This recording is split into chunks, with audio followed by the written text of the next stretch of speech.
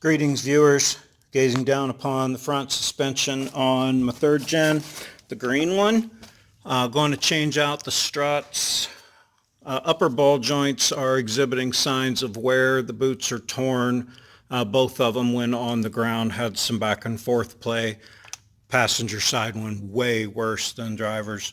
I'm going to separate all of the individual pieces and check everything out. Some of the stuff does appear to have been replaced. Some of it doesn't.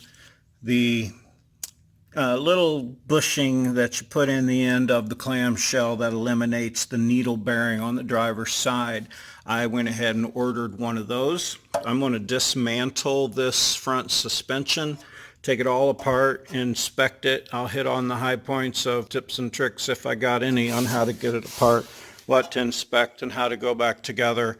But I can show you how to change out your ball joints and inspect all your front end pieces, put new stuff in there, and do that little East Coast Gear Supply bushing. I got new brake pads coming as well. So I'm going to just tear it down, inspect everything, go over it all, and show you what I think is necessary. A few bolts later, this is kind of where I'm at. Took the brake caliper off. You can see the pads are pretty thin there, so they're going to get replaced. I'm just hanging it right there right now off of the top of a arm by a piece of wire. Once I get the strut and everything, get ready to remove that, I can slide that over to the other side and it won't be hanging in my way. I took this nut and cotter pin off the end of this tie rod end, and you can see where I beat on it right there. It took about 10 good smacks and it come out. Now it's nice and sturdy. The inner tie rod seems good and strong. The outer tie rod seems good and strong.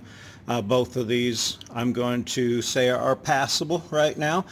Bolts out, so the axle is out and ready to come on out. I took the top nut off up here for the upper ball joint and then beat upon it right here on this flat surface, and you can see a couple of times where I got it up there instead.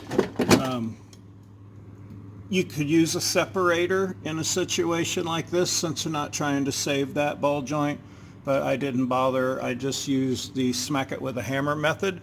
So now I'm going to take that nut the rest of the way off, and then I can pull the lower ball joint off, take that sensor out that's back here, and then I can take this whole spindle over to my press and get the ball joint out of it.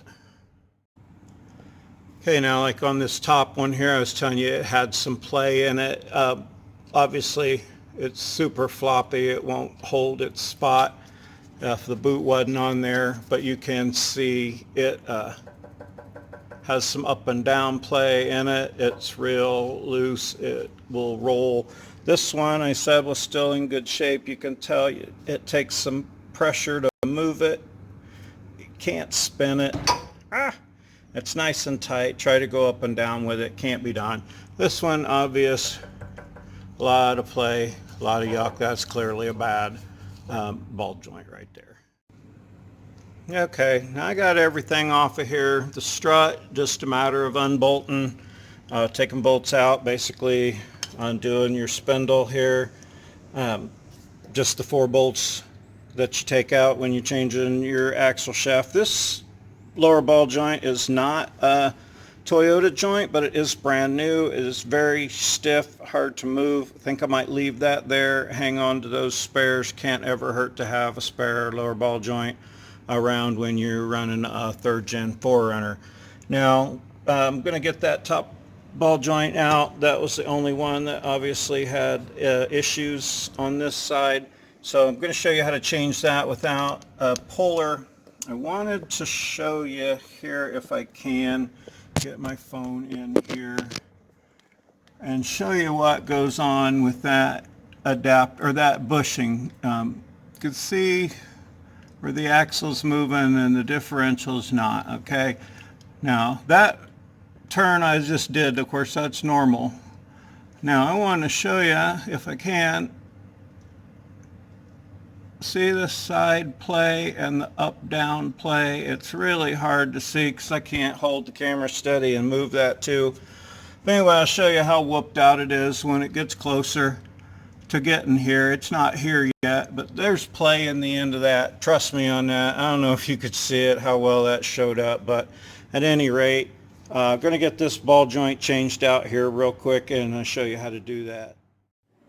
Alright, now there's probably 100 different ways to take these ball joints out yourself at home without renting the proper tools. I use a piece of drive shaft and my press here and some other junk that I have laying around. As long as it gets the job done, I'll show you how I do it. I put this up here and I set it in a piece of old drive shaft. Line it up under my press thingy here the best I can get it. Now this thing will hold like 2 good sides. On here it doesn't do great, but it does well enough to get this to come out. So I'll put my presser outer piece here. I have to put this piece of metal over the top of it because the ball joint is longer than my piece is. 3 hands comes in handy a lot, or having the right size piece that you need. So I'll put that back on there again. Line everything up. Get my doohickey down here and get it started so it makes it easier.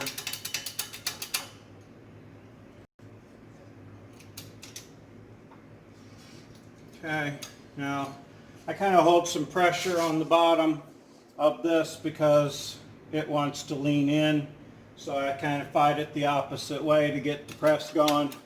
This is, of course, after you have removed your C-clip here. Removing C-clips and nuts and bolts and things, I don't do a whole lot of that in front of you because you should know how to do that. And I'll hold this back with my foot here. Give that some press.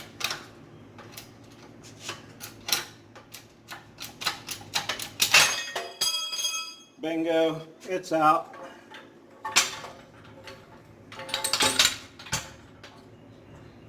Whooped out ball joint. Piece of crap. Let me grab my new ball joint because I don't have it over here ready, and we'll continue. Okay, got my new ball joint, fresh and fancy. Boot goes on afterwards. Press this baby in. I put a board on top of my piece here. I'm going to put my ball joint right there over it, kind of getting it straight as I can. This thing here is bigger than the ball joint and can go push the arm down over the top of it. The board is there, so you're not putting any unnecessary stress on that the back, because I don't have the proper size ring fitting to go around the outside. You don't want it hitting the middle, but it does have that raised lip there. Now when it gets down to the end, it needs room for that to come back up through there. So I'll go ahead and get this thing started on there, and as it goes I'll check it. And see, it kind of straightens itself out there. I hope you can see all this. That's getting it in there, kind of. Because see, it's just down there on the board. The board again, just so it doesn't damage anything. Start cranking this down. It starts feeding the ball joint in. I can't do it all. I can't do it all. Okay, so that looks like that's probably it. The board's smushing, no problem there. Now I raise it up just a little bit. Take my doohickey down there. Take my board out. Go down on top of my solid hunk of metal for just that final little good measure. Put this where it won't interfere. Again, and now this is just, like I said, just to be sure that everything is peachy. This is just a great big socket that I'm using. And everything, it looks like it's down far enough to get my clip in. But if you just give it one or two,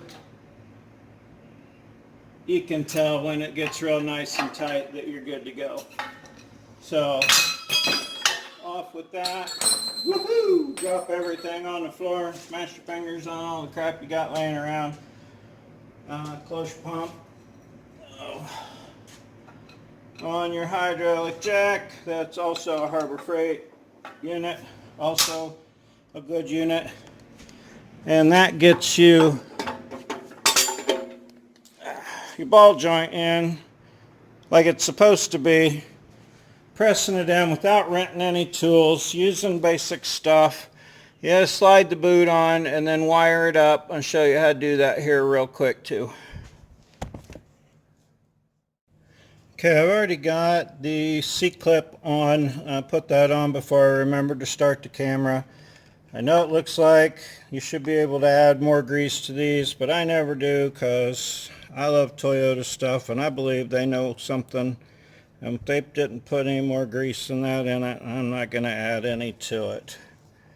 Yeah, they'll last. They're good. It comes with this little piece of wire. Here, you got to slide it up over that lip.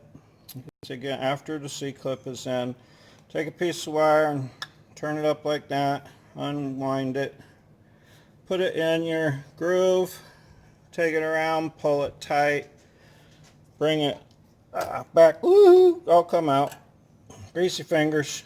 Wipe your fingers off first. Okay, put it in there. Take it around in the groove. Pull it around there tight. Get a twist on it. Like that. And then grab your vice grip or locking plier of your choice, or whatever plier of your choice. Do it with your fingers if you're badass enough. Take this, squish it, give it a nice turn till they all pull up snug. Oops, I'm underneath on one. Dang it, why didn't you point that out to me, viewers? Let me go back here. It's not supposed to go wrong on the camera. It went all right the first time I did it. There we go. Okay, saved. Except now my curly key thing's in a different place, but it really doesn't matter. As long as you get it nice and tight, get it spun around there so that it stays together in typical mechanic wire fashion. Do it too much, you're liable to break it off. You don't want that. Take whatever you got handy to cut some wires off. Cut your extra wire off. Bend it down, smash it together. Whatever you want to do, just so that boot stays on there. And that's not going to come off. Now, already have, I'm still waiting for the East Coast Gear Supply bushing. Supposed to be here today. I got everything else on this side inspected, changed, etc. Put those that Bilstein's on. I'm going to go ahead and get everything ready on the other side, but I'm not going to put it together because I want to do that clam, or that little bushing.